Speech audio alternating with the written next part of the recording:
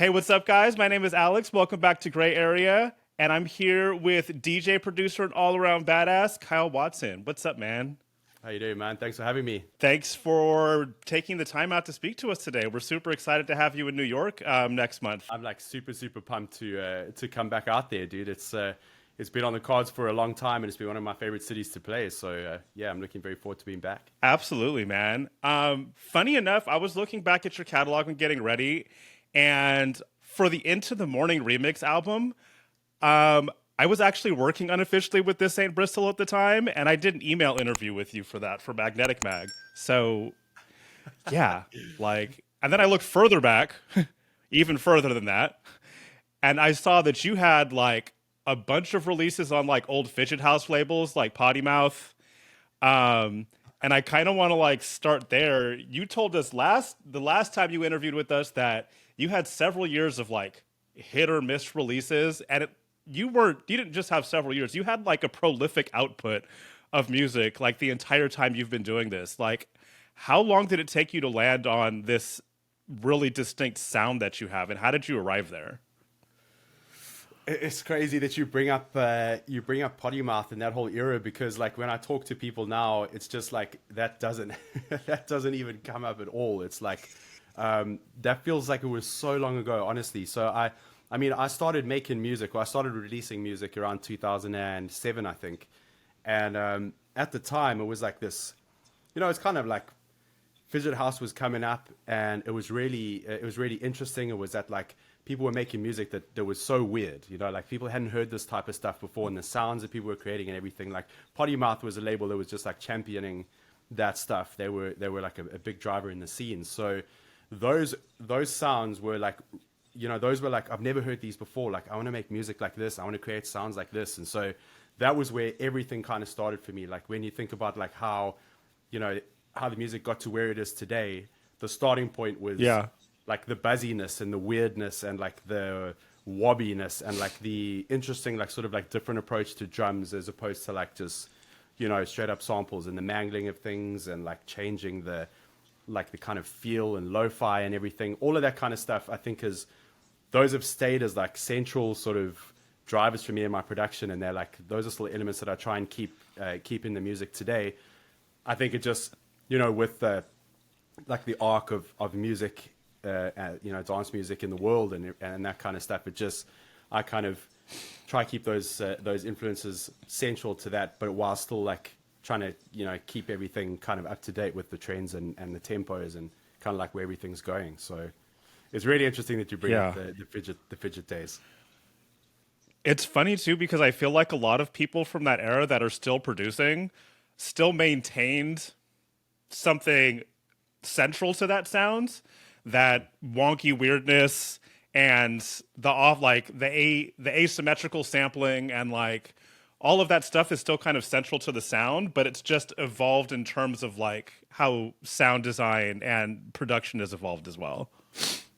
Yeah, I think probably a lot of that stuff because it was so new and different. There was a lot of stuff that was like very very like ropey. Like the production quality of a lot of the stuff was like not that great. Yes. Like I listen to a lot of the stuff that that I made like back at that time, and I go like, oh, dude, and like it's really not that good. But like I think with time, and I think this is like just generally within the music industry, especially dance, like it gets a little bit easier to make like good sounding music. Like not necessarily the Yeah. ideas, like that doesn't change. You still have to have like a good idea, but to make it actually sound like a big record and fuller and like more polished, I think that gets a little bit easier. So yeah, the guys who are still in it today are kind of like keeping those influences, but it just sounds like way more polished and neater and not as crazy. Yes. I want to go back even further to talk about like your dad, who was in the music industry, and he's the one that kind of got you into production by bringing home some production software for you. What did your dad do in the music industry? Yeah, he did everything. He started out playing in a band when he was like at school and went through like university and did all that stuff and in a band, and then he did a few musical projects like performance stuff, like public performance stuff. And then he started a record label. He started a publishing company. He opened up like recording studios, and that was what Oh, he yeah, and that was what he did for like most of my life, growing up. So the introduction to like something like music production software just came from him. I mean, he just came home. He went to go and meet with like one of his like contacts or whatever at a music store, and he was like, "Hey, like Kyle is like, he's been playing piano for a while. Like maybe you got something that he can mess around with." And it was like a piece of software that was like pre-made loops, and you just like kind of like formulated them into a record. Like everything was kind of in key yeah, for you. You yeah, didn't have to like worry about that GarageBand or stuff. something. Yeah. Exactly. So like pre-made loops and stuff, and so I made records. I made records with that software for years. Like it just never got boring. And then I like kind of like. Then he was like, okay, well, you've done this. Here's like Fruity Loops. FL Studio or Reason or whatever. I can't remember what the second one was, but now you got to like write your own sounds, your own melodies, and it all just Yeah. kind of like built up from there. It's interesting too because your dad like not he was like in the music industry, so it seems like he kind of served as not just like he was like a mentor to you as well, like throughout over the years. Yeah. Yeah. I mean, he still is. I mean, his like his arc and everything of being in the industry, starting in a band, and then like going and opening up like a successful recording studio and running a successful record label and everything. It's like it's kind of crazy because like here I am, uh, starting out playing the piano, going into music production, like last month or 2 months ago, like starting a record label with my wife. It's like it's crazy, dude. It's very similar. It's a very similar kind of arc. And I mean, he's still there for me to ask advice and everything. And I'm like, I still get pumped to like show him some of the tracks that I work on and everything. So yeah, it's very cool. That's so awesome. Well, since you mentioned the record label, that was one of the things I wanted to talk about as well. I mean, you already have Box of Cats, which is kind of this landmark, really fun and groundbreaking label. What are you doing differently with No Context? Why did you decide to start something that's a little bit more Kyle Watson? Yeah. So that's a good question. I mean, Box of Cats initially started as like this crazy combination of like six dudes, musical tastes. Like, let's just find, we're not finding the music or the music that we all like really like from the influences back in the day. We were talking about Potty Mouth and everything. We all came from that era. So we were like, Right. we're not finding music that have these influences. It's not coming out. Like there has to be stuff we can put out like this. So we decided to just do a free record label. It was never intended to be, like a money making, not necessarily a money making thing, but like an income based model. Right? Right. It was never meant to be that. But I mean, it just grew. It picked up. It just people started really enjoying it, and we were like, let's turn this into an actual brand. And that's when we took it onto Beatport and started doing merch and stuff. But that's very much like multiple people involved, multiple tastes. It's already been running. It's been set up for a while. Starting a record label that's kind of like a little bit more tailored to sort of like my taste as an artist is something that I've been meaning to do for a while. And I mean, if I dig back into like Instagram and I look through the comments and stuff, people are like, just start a record label. When are you starting a record label? Like, so I posted up a clip of Kick Drums, which was the first release. I think Right. it was back in October, maybe last year. And I was like, maybe I should find a home for this record. And so many people came in and were like, just self-release it, start a record label. And that was almost like the catalyst to get it kicked off the ground. And I mean, like, it's quite cool because like I run it with my wife, so I'm like not very good at the organizational side of things. So like I'm like very very good at being a procrastinator. So and she is the opposite. Like she's like super efficient. She gets stuff done. She keeps on top of everything. So it's quite nice that we're like a team in this kind of like venture, and we walking through the process together and stuff. And it's yeah, it's we're really enjoying it, and we're looking forward to where it's what it's gonna grow into. That's so lovely that you get to not just finally do this thing, and you're also at the point in your career where you can do this and can be effective, but also that you get to work with your wife, who I know you've been with, who's kind of seen you through this entire evolution of your musical path. 100%. Yeah, you've done, you've done your research, dude. she's one of the reasons why I'm in this position today, to be honest. Like this is a very difficult career. I mean, it has to be said, like Yeah. up front for the people around you. Like, it's not easy when you're touring and stuff, and you're away, you miss things, you're not always available. It's like in different time zones. It's very, very taxing on people and on relationships in general. So it has to be said that back in 2006, sorry, I met Tash, my wife, for the first time, and I mean, I was still messing around. I was just playing around with music at the time. Like, no, I never had any sort of like end goal of being a DJ or being a music producer or whatever. Like, I knew I enjoyed writing music, and but Yeah. I never saw myself as a DJ. I was like, okay, well, this is cool. Like, making music is fun and everything. And so, yeah, I played her some of my music, and her brother was a DJ at the time in South Africa, and he had a connection to two guys who had a record label there, and that was like my first releases came from that, and it all just built up from there. So like right from the beginning of my career in this industry, she's been there, like coming to the shows, listening to the music, giving me her thoughts on the music, like core to everything.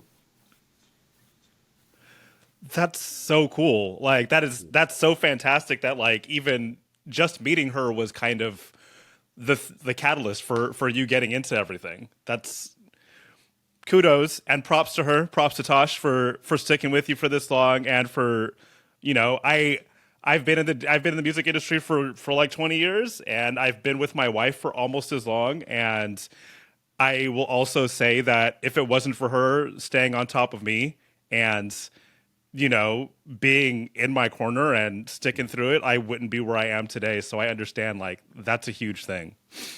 100%. Yeah, I think I feel the exact same. It really, really helps to. It also keeps you grounded. Like things can Yeah. run away with you. When things are going well, you can. It's easy to kind of like lose focus and stuff like that. And just the same when things are not going well.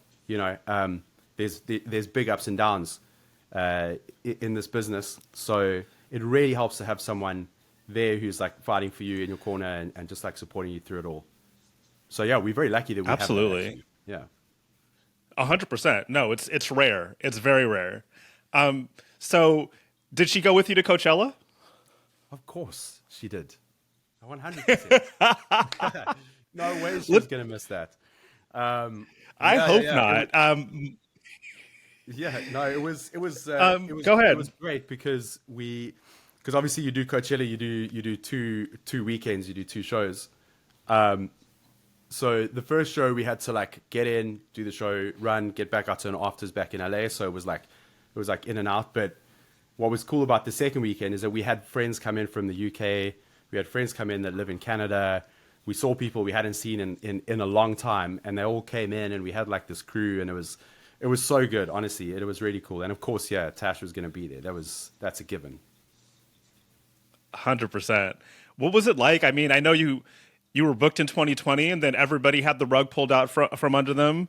So what was it like to be able to come back? And let's be honest, Sahara's cool. That's great. It's the big stage, but the Yuma has the most relevant people in house and techno at hands down. Like, that is the place to play if you're playing underground house music and techno. So how was it to not just play there, but also play early and have like a full tent? That is actually the craziest part for me. I mean, like, it goes without saying, you're playing in the Yuma, the production is ridiculous. The artists that you're playing around are like, of course it's world class. So yeah, I think like that's a given. But when we got the slot, we were like, this is cool. Playing Coachella, this is awesome. 2 p.m. It's like a Friday. Like, I don't know how many people are going to be there.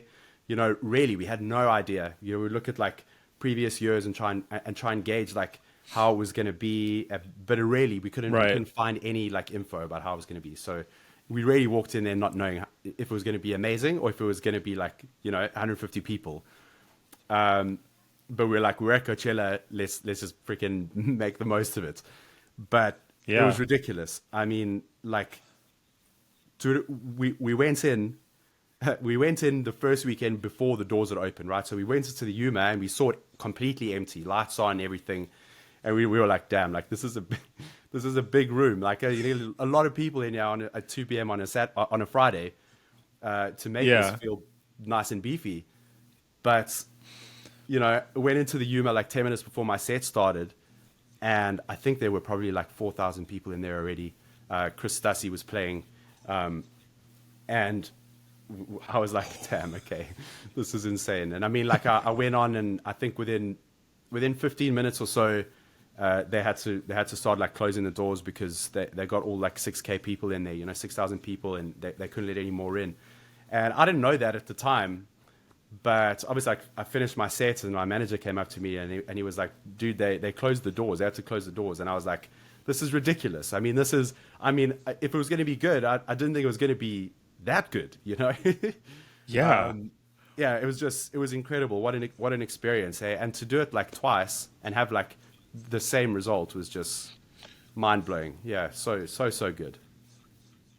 How awesome. How fun to like, finally that's a huge checkbox in any musician's, list is to play Coachella, and to do it with like and have that many people be exposed to your music. That's incredible. Yeah, it's 100% like like when I was playing, because before you go on, you have like you've obviously got a little bit of nerves, got a little bit of like nervous sort of energy and stuff. So it's hard to like take in the fact that this is happening, like, or look out Yeah. at people and be like, damn, like I'm actually about to start this, because you're more like hyped up, But it was like Yeah. one point in the middle of the set where, I was just like, took a pause and I just looked out at everyone and I was like, damn, like I actually cannot believe that I'm playing this set right now at this festival and there's this many people in front of me. Like, yeah, it was just absolutely mind blowing, and an amazing opportunity, and such a big box to tick for me. 100%. So, last year you went on your My Machines tour, and you came through San Francisco. I actually live in San Francisco, not New York, at the Midway, and that was the first time I saw you play live. Fantastic, great job. But the tour was like kind of like a full circle moment for you, if you will, because you brought together like a 15-year library of music and something else that you do, which is motion animation. And I had no idea that you were even involved in the visual arts. This is a completely different facet to like your artistry. How did you get into that, and like what was it like kind of bringing those two things together for the tour? Yeah, so I mean, the how I got into like animation or video in general, I actually studied that at university, at college. So I've got a degree Oh. in that. And up until July 2021, I actually had a job doing that. So that's where that all came from. So it really helps, for me, because I'm able to like make my own show visuals and do that kind of stuff. So we had someone come on to design like we had the vision, but we needed someone to come on and design like the actual elements and stuff, like the poster and everything. Right. So we had all of that done for us, but then I took like that and I turned some of the elements into those visuals that we played on the tour and stuff. So that was the one side, and that was really cool. I mean, like, it was a lot of work and it was a lot of preparation and stuff, but yeah, I couldn't have been more happy with how the visual side came out.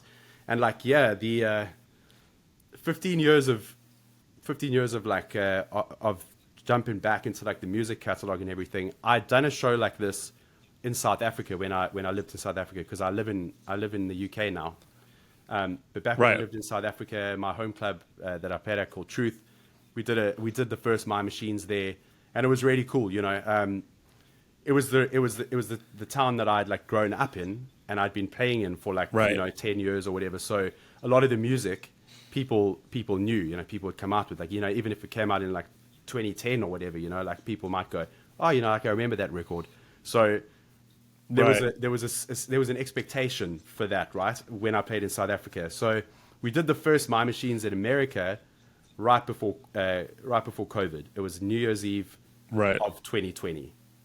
We did it in LA, and it was great. It was really good. But it was the first My Machines. It was meant to be the test, and we were going to do it in 2020 anyway. 2020 and all the things. So Yeah, right. we were like, let's, yeah, don't speak about that. Then we were like, no, we got to do this. We got to do this tour. So we decided to run it in 2022, and it was different because I was bringing this tour to a country where, I only started touring in 2018. Maybe a lot of people didn't know the music maybe before then. So Right. it's kind of risky to then like dig into your catalog way back and play something from like 2013, because people might be like, what is this? Like, without the context of it, it sounds really weird. So I ended up doing Right. like a bunch of like edits and flips and stuff. But yeah, the set was really cool. They were kind of like extended sets, 2 hours to 2.5 hours long. All of Right. Carl Watson, and yeah, it was really fun to play those shows and to watch people like react in ways that I didn't think they would to tracks that I thought they maybe wouldn't have even known. Well, I think you were at kind of an advantage to do it after the pandemic too, because on the one hand, you have like a bunch of new ravers that just discovered dance music during the pandemic who had never been anywhere before. So they're all coming out. And on the other hand, you have these same people who are just being exposed to dance music, and you remember the beginning of your exposure, you just sucked everything in. Like crowds these days are just more willing for DJs to take risks and to play those weird records, because it's like they're all bright-eyed and bushy-tailed and new.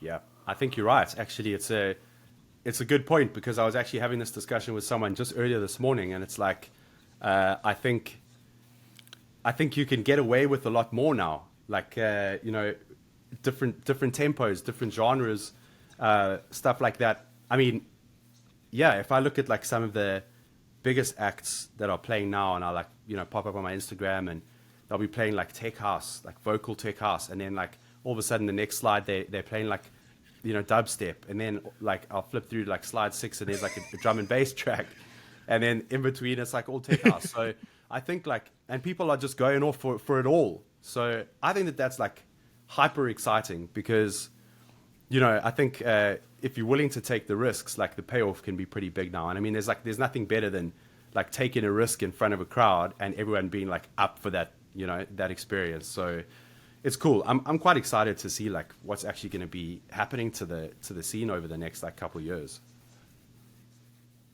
Yeah, no, I think we're entering like a new golden age of dance music, and the fact that like it's bigger now than it ever has been, I'm here for it, because I always wanted it to get this big. Like, underground was fun. Don't get me wrong. Underground is always going to be great, but I do love to see it getting mainstream acceptance and people being like, "Oh, this thing that you've been doing for the last 25 years. Oh, yeah, that stuff is kind of cool." Yeah, exactly. I told you. But I've been saying this. You should have listened to me back then. But glad to have you. Yeah, I'm excited to see it. I mean, you can already see it getting very, very big. So yeah, I think there will always be like there always has been and there always will be like that underground element where the new stuff really gets like tested, and bubbles under and stuff, and then Yeah. that kind of like moves to the mainstream, and then that becomes mainstream, and then underground finds something new.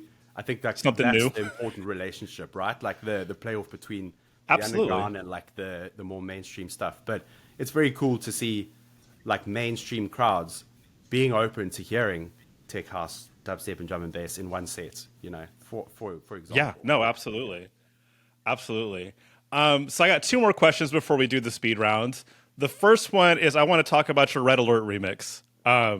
Because, that's one of those songs that has so many snippets. Like the bass line is like recognizable.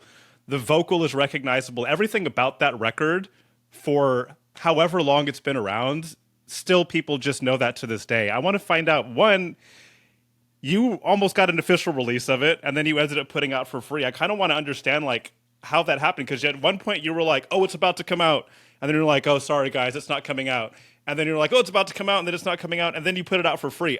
How? How did all of it happen? It's like I have PTSD from that. So you're bringing up some big memories here, dude. Yeah, no, I'll give you the short. I'll give you the short version. So it came about basically like my wife and I were driving around, and I was like, man, I really want to flip something old, and do like a bootleg of something that's old. So I was like, Tash, like find a playlist on Spotify, and like 90s dance or something, or 90s electronic. Let's listen to it. And it was like Yeah. track two was Red Alert, and I was like, Brett, there we go. So yeah, I mean, it was never official. It was never intended to be official. Right. So that was like the start off point, right? But I finished it and I played it out a few times, and I sent it to Chris Lake, and he loved it, and he played it out for a long time. And he was like, "Listen, if you can get like this cleared, like I would love it for Black Book, his record label."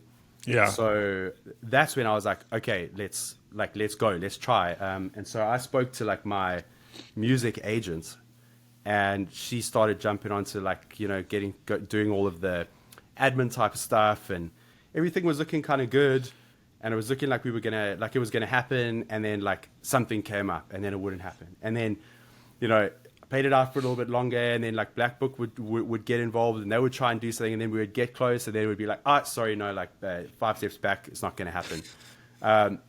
And then in the middle of all of this negotiation, and now this is like over the course of months, and that's why I'm like, okay, Right. like this is going to come out. Okay, this is not going to come out. This is going to come out. Oh, this is not going to come out. And right before it felt like we were about to get to like an end point, the label actually released, and I still don't know why they didn't tell us, but they just Yeah. released like a remix pack of Red Alert, just like totally coincidentally, to me, like I had no idea that it was coming or whatever.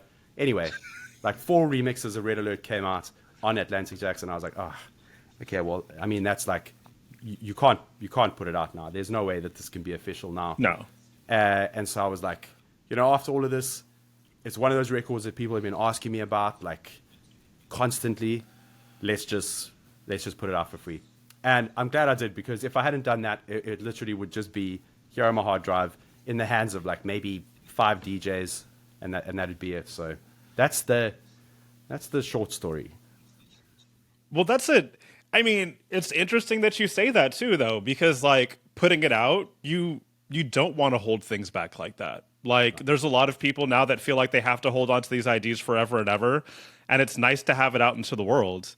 I also think it's funny that you mentioned Chris and Black Book with that, because he went through a similar thing with How's Your Evening So Far, and 3 years later, that record, the only people that have it are the few people that happen to get it on promo, like the week before it was intended to come out, and it never did. And that's it's good Yeah. and it's bad. I don't know, but I'm glad that you put it out, because everybody wanted it. Yeah, I mean, I felt like that had to happen. That with Red Alert, that How's Your Evening So Far record. Yeah, I think it was probably a very similar situation where it was like backwards and forwards, because when you get involved with like major labels, and you talk about getting things cleared and all of that stuff. There's honestly so much red tape. There's so many people involved. There's so many writers involved. Like Yep. even just with this Dom Dollar and MK record, that Rhyme Dust track, like Dom was like very open about how complicated it was, that there were like I don't know, maybe there were more than 10 writers on that record, I think. And Right. and that everybody has to be involved. Every writer has a team, blah blah blah blah blah. So it's like it just makes it so complicated. So the whole sampling thing, or yeah, I guess sampling is like a it's risky, but like the payoff is very big. But you got to be prepared to like deal with some serious admin stuff.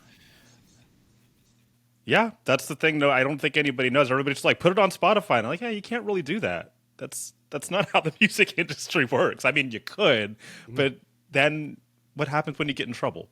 Yeah, exactly. I mean, it's like, and fair enough, because I mean, not everybody understands how the industry works and everything like that, and understand, the Right. rights and where they belong, and how complicated it is, like behind the scenes to get things cleared and stuff. So, I don't blame people for going, I'll just put it on Spotify, and then get kind of like frustrated when it doesn't pop up on Spotify. All you can do is really try your hardest to just get it out. Yeah. 100%. I'm gonna like switch gears real fast and talk about things that you do outside of music. And I found it interesting that I saw you doing like flips on water skis. Uh, When the things that you find when you do research, I'm like, wow, you're seriously going for it. Do you still do that? I haven't done that. I mean, dude, if I try to do that now, I would probably break my back. Um, I did that. That was wakeboarding. So I did that for, Okay. yeah, I did that for uh, 8 to 10 years competitively. And I mean, I was like serious about it. You know, we used to go like every weekend to the lake and ride. My brother and I were both into it, and we had like a group of friends who was like, it was just like all very centered around that. So for a long time in my life, that was like weekends. It was like go ride, get better, learn new tricks, do like, you know, national champs. We even went to like to world champs and everything. But I stopped riding like I must have been maybe like 17 or 18 years old when I stopped doing it like Yeah. competitively. Yeah, probably 18 or 19. So from when I was about like 10 or 11, I kind of got into it and stopped around then. But yeah, that was good fun. That was a time when you didn't have to really worry about anything because we went to school during the week. And on the weekend, Yeah. we just went and did flips on the lake. Like, Wow, I didn't realize I took it back that far. yeah, no. So that's why I said, like, All right. you know, in my brain, I'm probably like, dude, I could 100% do that again. But my body would be like, that's not happening. No, don't. Please don't. For the love of God, please don't try it. I. No, no. So we're gonna get into the speed round now. Are you ready? Yeah, let's go. All right. No need to be speedy, but I just call it that because it's for lack of other things to call it. So what's something that's socially acceptable in South Africa that people might find odd in the States? I don't know. So, I don't know. I actually can't think of it. I mean, you know, like in Australia, you know, they'll use like the C word, and that's like an endearing term. Like, Yes. in South Africa, there's a word for it as well. You could kind of get away with saying that stuff and not being too heavily judged. Um, wearing That's flip a good flops, one. wearing flip flops into the store, or like actually no shoes. Even some people don't wear any shoes into like stores and stuff. I mean, I wouldn't say everybody does that. Oh, I wouldn't say that's but necessarily like I but socially that is acceptable. but that's also definitely something that people just don't do in the States at all. Like, Yeah, yeah. I mean, maybe some parts. South Africa, yeah. I mean, it's kind of weird. In South Africa, we have like 11 official languages, so it's like it's a very interesting country. Yeah. Yeah. Biltong, yes or no? Yes, obviously. What the hell are you talking about, man? Ob- Have you ever had I biltong? mean, it's not as an acquired taste as like, huh? Oh yeah, no, I've been to South Africa before. You know I have how a it goes. I have a friend who's yeah, I have a friend whose aunt lives there, so we went there and visited after New Year's for 2 weeks one year. So yes, Biltong. I've had biltong. It's delicious. We where we live here in the UK, there's like a dude who I know this is supposed to be a speed round, but I'm getting carried away. Yeah, there's a dude in like the mall near us who's from South Africa. He has a little biltong stand, and yeah, dude, we love frequenting the biltong stand. I love to hear it. I love to hear it. Analog or digital? Digital, Ooh, digital. Biggie or Tupac? Honestly, I'm not huge into hip hop, so I would say probably Biggie because I know more of or I've heard more of the music. But Fair enough. I have to admit, I'm not like a huge hip hop head. That's okay. You don't have to be. Yeah, don't judge me, please. I'm not judging you, at least not for that. If I looked at your recently played tunes on Spotify, what would you want to hide? Oh, I thought you were gonna say, "What would I see?" Damn, I was getting pumped to Yeah, tell you I what you were I want gonna to know say. which yours. Oh man, old Blink 182. I don't know if that's embarrassing or not. Because to me, that's like pretty Uh, badass. no, I wouldn't say it's embarrassing. And you just went to Coachella. They played. It makes sense. So I'll give you that. But also, since you mentioned it, what would I see that you're excited about? System of a Down, Slipknot, uh, Queens of the Stone Whoa, Age. you're a metalhead. Yeah, yeah. You're you're a I'm big metalhead into. rocker. I'm big into rock. Yeah. Yeah, yeah. I mean, like I say Blink 182 because around the time I was wakeboarding, that was like literally the soundtrack of my teenage years. So yeah, I listened to like a lot of that stuff, Toxicity, from System of a Down, and like Chevelle and all of those guys. But then at the same time, like I'm flipping between like Skrillex's new stuff, old Deftones, all of that good stuff. I love that. I love it. What sound or noise do you love? The coffee machine. Ooh. Yeah, Yeah, I've seen every video you're drinking a cup of coffee. yeah, it's the thing. I'd probably drink too much coffee. Although I've said that to people and they've been like, no, I have like double that in a day. But yeah, I do like a coffee. I think it's not really the sound that the coffee machine makes, and more about the fact that I'm going to be drinking a coffee soon. I love that. It's the anticipation. If you weren't a musician, what would you be? Realistically, I'd probably be a video editor. Yeah, And you were. and I was. Yeah, and I was. And I mean, I Yeah. still do. I still do that stuff. For myself and everything. So yeah, realistically, probably that. I do kind of like the idea of trading as well. So maybe I would have been a trader. Nice. 808 or 909? 909. Nice. Vegas or Miami? I would say Miami. We've been to Vegas a few times, and it really, if you've been there a few times, you've done Vegas. Like there's a few things If that you can do in Vegas, and that's that. if you've been there once, you've been there enough. I'm glad you said it. Yeah. Chris Lake or Carl Cox? Chris Lake, dude. Come on. What's worse, random people you haven't spoken to in years hitting you up for guest lists, or a hangnail? A hangnail. Yeah. I mean, dude, I have And to which one admit, is worse? I actually, I have a very bad habit of giving myself hangnails. So Okay. I would say people who haven't spoken to me in years hitting me up, pretending to be my friend, asking for guest lists would be way worse. All right. Intimate club or festival? Intimate club. Intimate club or rave? Oh, No, no, no. It's fine. It's fine. Intimate club. I like, oh, I like.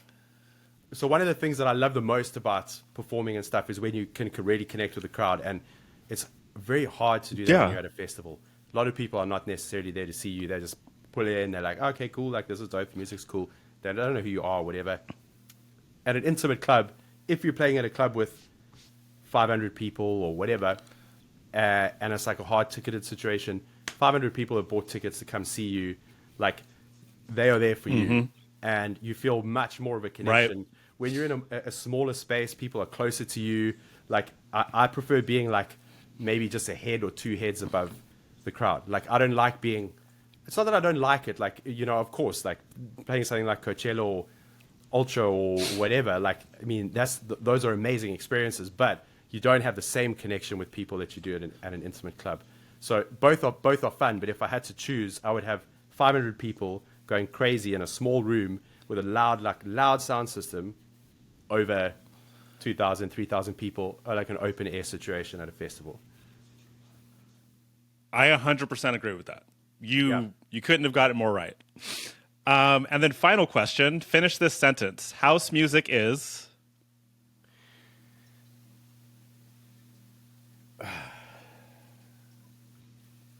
medicine for the soul. Ooh, that was fucking fantastic way to end things. Well done. Yeah. Well done. Thank you. Thank you. Thank you. Well, thank you so much for taking the time out to speak to us today. I really appreciate it. This was fantastic, and we're really looking forward to having you. Thank you, man. I really appreciate it. And yeah, I'm so pumped for the show. Honestly, I actually cannot wait. I've heard amazing things about the venue, and yeah, the announcement really well. So I'm very excited to show you guys, what's been cooking in the kitchen.